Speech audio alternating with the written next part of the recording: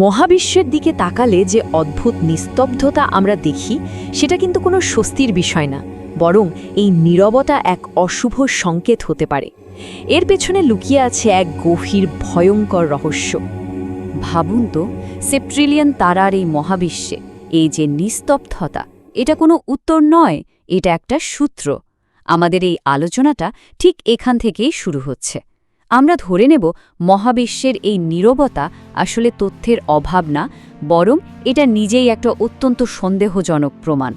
মনে হচ্ছে এই নীরবতা আমাদের ভয়ঙ্কর কিছু বলার চেষ্টা করছে। কেন এই নীরবতা আমাদের জন্য সবচেয়ে ভয়ঙ্কর একটা বার্তা হতে পারে, এর উত্তর আমরা খুঁজে বের করব।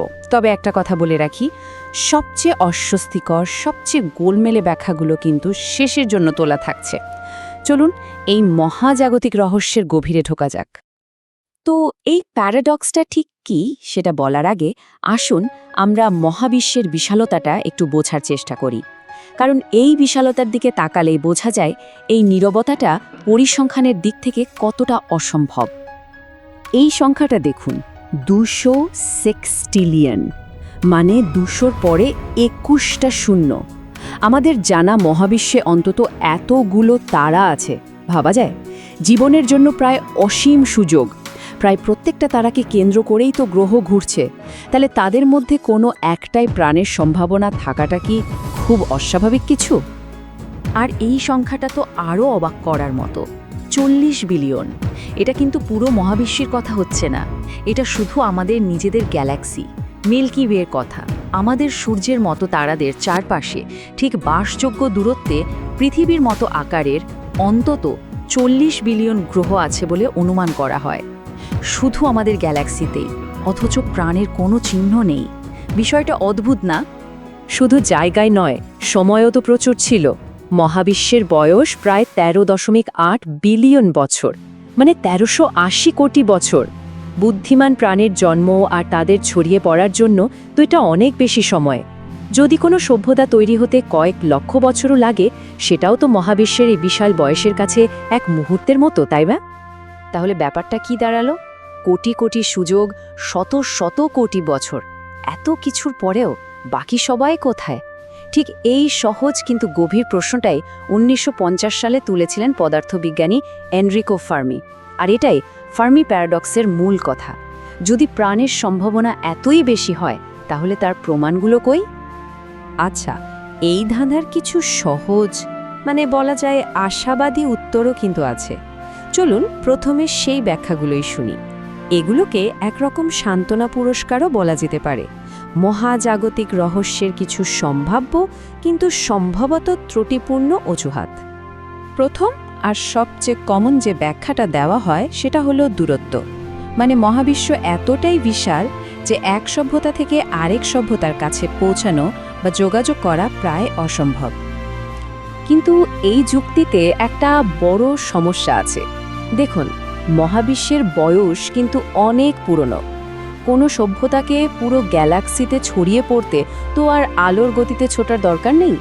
খুব ধীর গতির কলোনি শিপ দিয়েও, মানে আমাদের এখনকার প্রযুক্তির চেয়ে সামান্য উন্নত প্রযুক্তি দিয়েও পুরো গ্যালাক্সি চষে ফেলতে কয়েক মিলিয়ন বছরের বেশি লাগার কথা না। আর মহাবিশ্বের 13.8 বিলিয়ন বছরের তুলনায় কয়েক মিলিয়ন বছর তো চোখের পলক ফেলার মতো সময়, তাই না? এরপর আসে আরেকটা মজার থিওরি, যেটাকে বলা হয় জু হাইপোথেসিস বা চিড়িয়াখানা হাইপোথেসিস। এই থিওরিটা বলে যে উন্নত এলিয়েনরা আমাদের ব্যাপারে জানে, কিন্তু তারা ইচ্ছে করে যোগাযোগ করছে না, আমাদের দূর থেকে দেখছে। ঠিক যেমন আমরা চিড়িয়াখানায় বা কোনো অভয়ারণ্যে প্রাণীদের তাদের মতো থাকতে দিই, তাদের জীবনে দখল দিই না। শুনতে ইন্টারেস্টিং লাগলেও এই থিওরিতেও একটা বড় ফাঁক আছে। ভাবুন তো, এটার জন্য মহাবিশ্বের সমস্ত বুদ্ধিমান সভ্যতার মধ্যে একটা নিখুঁত সর্বজনীন চুক্তি থাকতে হবে। আর সেই চুক্তি লক্ষ লক্ষ, এমনকি কোটি কোটি বছর ধরে সবাইকে মেনে চলতে হবে। কোনো একটা সভ্যতাও কি কখনো নিয়ম ভাঙবে না? এতগুলো আলাদা আলাদা সভ্যতার মধ্যে এমন নিখুঁত আর দীর্ঘস্থায়ী গোপনীয়তা রাখা কি আদৌ সম্ভব? মাত্র একটা বিদ্রোহী সভ্যতা বা একটা ফাঁস হয়ে যাওয়া তথ্যই তো এই পুরো নীরবতা ভেঙে দেওয়ার জন্য যথেষ্ট। তো এই সহজ আর সান্ত্বনা দেওয়ার মতো ব্যাখ্যাগুলো আসলে যথেষ্ট নয়। আর এখানে আলোচনাটা একটা অন্ধকার দিকে মন নিতে চলেছে। এতক্ষণ যা কিছু বললাম সেটা ছিল শুধু ভূমিকা, আসল ব্যাপারটা এবার শুরু হবে। পুরো আলোচনা থেকে যদি শুধুমাত্র একটা জিনিস মনে রাখতে হয় তাহলে সেটা হলো যা আমি ঠিক এর পরেই বলতে চলেছি। ফার্মি প্যারাডক্সের সবচেয়ে শক্তিশালী আর সম্ভবত সবচেয়ে ভয়ঙ্কর যে সমাধানটা আছে তার নাম হলো দ্য গ্রেট ফিল্টার। এটা এমন একটা তত্ত্ব যা বলে প্রাণের বিবর্তনের পথে এমন কোনো একটা ধাপ বা বাধা আছে যা এতটাই দুর্লভ বা কঠিন যে প্রায় কোনো সভ্যতাই সেটা পার করতে পারে না, একটা মহাজাগতিক দেওয়াল। কিন্তু আসল প্রশ্নটা এটা নয় যে ফিল্টারটা কি। আসল প্রশ্ন হলো সেই ফিল্টারটা আমাদের সাপেক্ষে কোথায় অবস্থিত, আমাদের অতীতে নাকি আমাদের ভবিষ্যতে। আর এখানেই মহাজাগতিক প্রশ্নটা আমাদের নিজেদের অস্তিত্বের সংকটে পরিণত হয়, কারণ এই প্রশ্নের উত্তরের উপরেই মানবজাতির ভবিষ্যৎ নির্ভর করছে। এখন আমরা গ্রেট ফিল্টারের দুটো ভয়ঙ্কর সম্ভাবনা নিয়ে কথা বলবো। হয় আমরা এই মহাবিশ্বে একেবারে একা প্রথম, অথবা আমরাও বাকিদের মতো এক অবশ্যম্ভাবী ধ্বংসের দিকে এগিয়ে চলেছি। ব্যাপারটা দুটো দিকে যেতে পারে। একদিকে যদি ফিল্টারটা আমাদের অতীতে থাকে তার মানে আমাদের জন্য এটা বিরাট সুখবর, আমরা অবিশ্বাস্যভাবে বিরল, আমরাই প্রথম। গ্যালাক্সিটা আমাদের জন্য একটা খালি ক্যানভাস, তার মানে আমরা একটা মহাজাগতিক লটারি জিতে গেছি। কিন্তু যদি ফিল্টারটা আমাদের ভবিষ্যতে থাকে তাহলে এটা একটা ভয়ঙ্কর দুঃসংবাদ, তার মানে আমরা বিশেষ কেউ নই আর আমাদের ধ্বংস পরিসংখ্যানগতভাবে প্রায় নিশ্চিত। সেক্ষেত্রে এই গ্যালাক্সিটা কোনো খালি জায়গা নয়, এটা একটা কবরস্থান। আর মহাবিশ্বের এই নীরবতা আসলে অগণিত ধ্বংস হয়ে যাওয়া সভ্যতার নীরব কান্না। চলুন প্রথমে ভালো দিকটা ভাবি। হতে পারে সেই ভয়ঙ্কর বাধাটা আমরা ইতিমধ্যেই পার করে এসেছি, যেমন প্রাণহীন জড়বস্তু থেকে প্রাণের সৃষ্টি হওয়া, যেটাকে অ্যাবায়োজেনেসিস বলে, অথবা সাধারণ কোষ থেকে জটিল কোষের জন্ম। পৃথিবীতে এই একটা ধাপ পার হতেই কিন্তু প্রায় 150 কোটি বছর লেগেছিল। হতে পারে এই ধাপগুলোই সেই গ্রেট ফিল্টার, আর আমরা যেহেতু সেগুলো পার করে ফেলেছি তাই আমরাই হয়তো এই গ্যালাক্সির প্রথম বা একমাত্র বুদ্ধিমান প্রজাতি।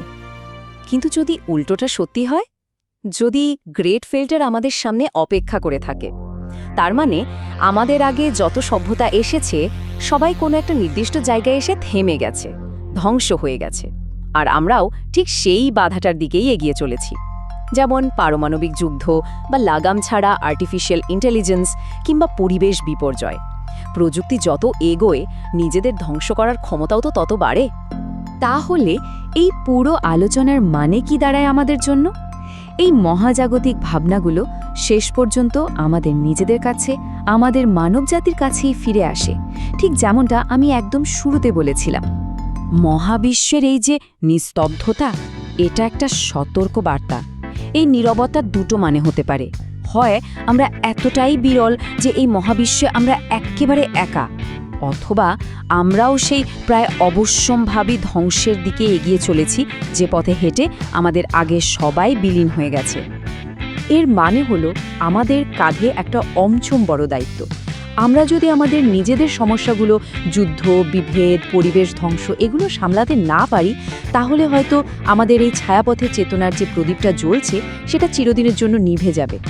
আমাদের ব্যর্থতা শুধু আমাদের প্রজাতির ব্যর্থতা হবে না, এটা হবে একটা গ্যালাকটিক ট্র্যাজেডি।